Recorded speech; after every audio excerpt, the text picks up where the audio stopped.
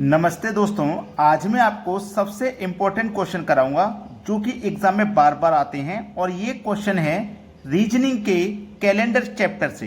तो पूरा वीडियो देखना। चलिए स्टार्ट करते हैं। पहला सवाल है, 15 जुलाई 1964 को बुधवार था, तो 15 जुलाई 1965 को कौन सा दिन था?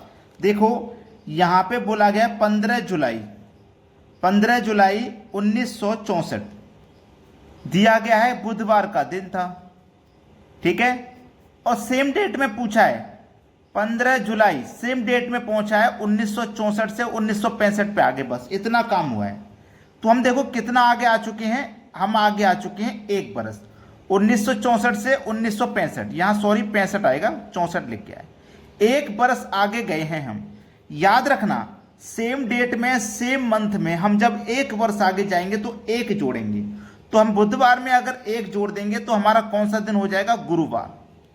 पूरी बात समझ लेना। ऐसा मत कहना कि भाई ये तो मुझे आता है, मैं वीडियो छोड़ के जा रहा हूं। अगर छोड़ के चले गए, पूरी जानकारी नहीं लेके गए, तो आप गलती करोगे 100%।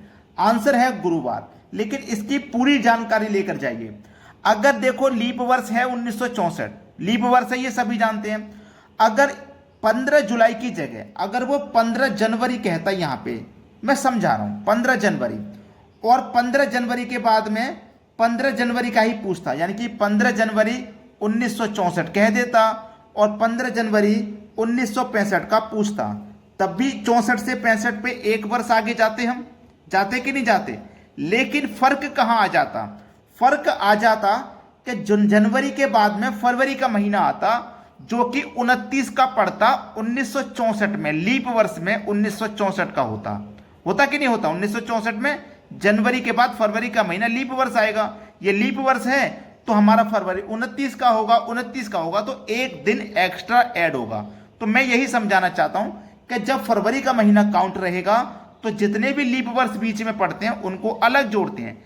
जितने साल आप आगे जाओगे वो तो जोड़ोगे, लीप वर्ष अगर काउंट होंगे तो उनको भी जोड़ोगे। ठीक है, बात समझ में आ गई? अब देखते हैं अगला सवाल।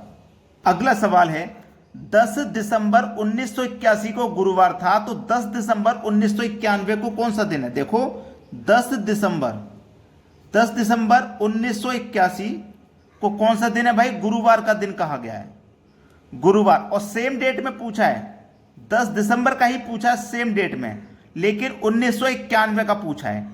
तो देखो 1981 से 1991 आगे 10 वर्ष हम आगे तो 10 तो जोड़ेंगे, इसमें कोई परेशानी वाली बात नहीं है। 10 तो हमको जोड़ना है।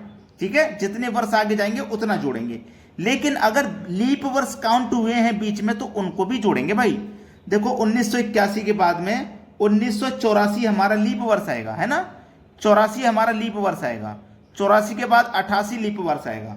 2 लीप वर्ष आएंगे इसमें बीच में, तो हम इसमें 2 और जोड़ेंगे। तो 10 में 2 जोड़ेंगे, टोटल हमको 12 जोड़ना है। टोटल हमको कितना जोड़ना है? 12 जोड़ना है। तो 12 है। अगर कोई भी 7 से दिन ज्यादा आते हैं तो हम उसे 7 से भाग करते हैं। 7 एकम 7, 5 बचा।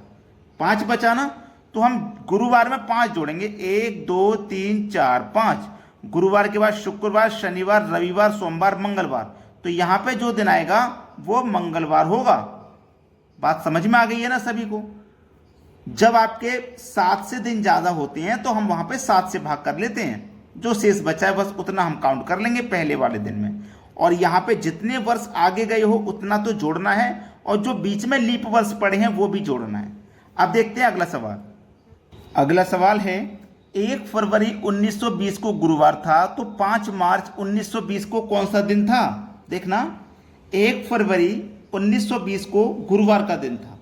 देखो ये 1920 है, 20 का मतलब है ये लीप वर्ष है। देखो लीप वर्ष की पहचान कैसे होती है? जो लास्ट की 2 डिजिट है इनको 4 से कटाइए।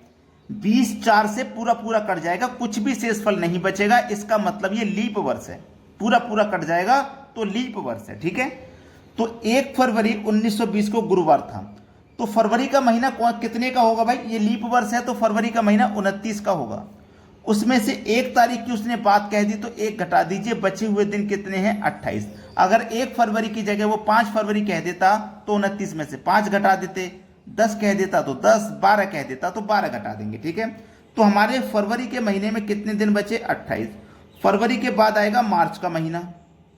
मार्च का महीना, तो कितने मार्च का पूछा उसने, 5 मार्च का, तो 5 ही लिखेंगे, 5 तक का पूछा, आगे जाने की जरूरत नहीं है।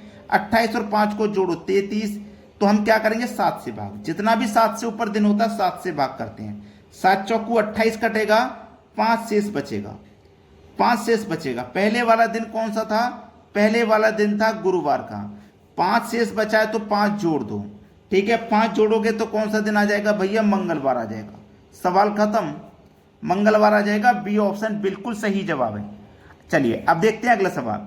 अगला सवाल है, यदि 17 मार्च 1980 को सोमवार था तो 12 जुलाई 1980 को कौन सा दिन था। देखो 17 मार्च कहा गया है, जबकि मार्च का महीना आप सभी लोग जानते हैं 31 का होता है। उसमें से 17 तारीख की बात कह दिया तो 17 घटा देंगे, जो बचे हुए दिन है वो लिखेंगे। तो मार्च के महीने में कितने दिन बचे भाई, 14।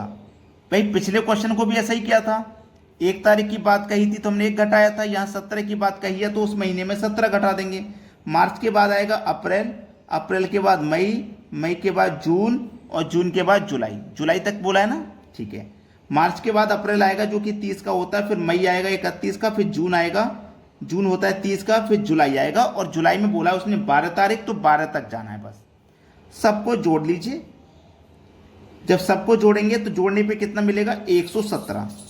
7 से भाग करना है, 7 से भाग करो, 7 एकम 7 जाएगा, 7 एकम 7, 4 बचेगा 47, 7 छिंग 42, 7 छिंग 42। तो यहाँ पे भी हमारे पास 5 शेष बचा। कौन सा दिन है हमारे पास, सोमवार का, सोमवार का दिन है भाई। 5 शेष है तो 5 जोड़ो, 1 2 3 4 5। सोमवार के बाद मंगलवार, बुधवार, गुरुवार, शुक्रवार, शनिवार, तो कौन सा दिन हो जाएगा, शनिवार का दिन हो जाएगा, शनिवार। D option. उम्मीद करता हूं कि सभी बच्चे आराम से सीख रहे हैं, किसी को कोई भी समस्या यहां पे नहीं आ रही है। अब देखते हैं अगला सवाल। अगला सवाल है, यदि 12 जुलाई 1980 को शनिवार था तो 17 मार्च 1980 को कौन सा दिन था। देखिएगा ये वही सवाल है जो अभी अभी हम करते आ रहे हैं। 12 जुलाई का पूछा गया था और 17 मार्च का दिया गया था, ये वही सवाल है, ईयर भी वही है। तो ये सवाल आपके लिए होमवर्क है, आप सभी बच्चे इस प्रश्न को करके हमें कमेंट में बताएंगे क्या इसका आंसर है, और जिन बच्चों को करने का तरीका पता हो वो कमेंट में बता दें, ताकि जो बच्चे कमेंट देखें उनकी हेल्प हो जाए। ठीक है दोस्तों, बात समझ में आ गई। तो सभी बच्चों को वीडियो लाइक करना है और शेयर करना है, इतना काम करना भाई सभी बच्चों को। ठीक है दोस्तों, धन्यवाद।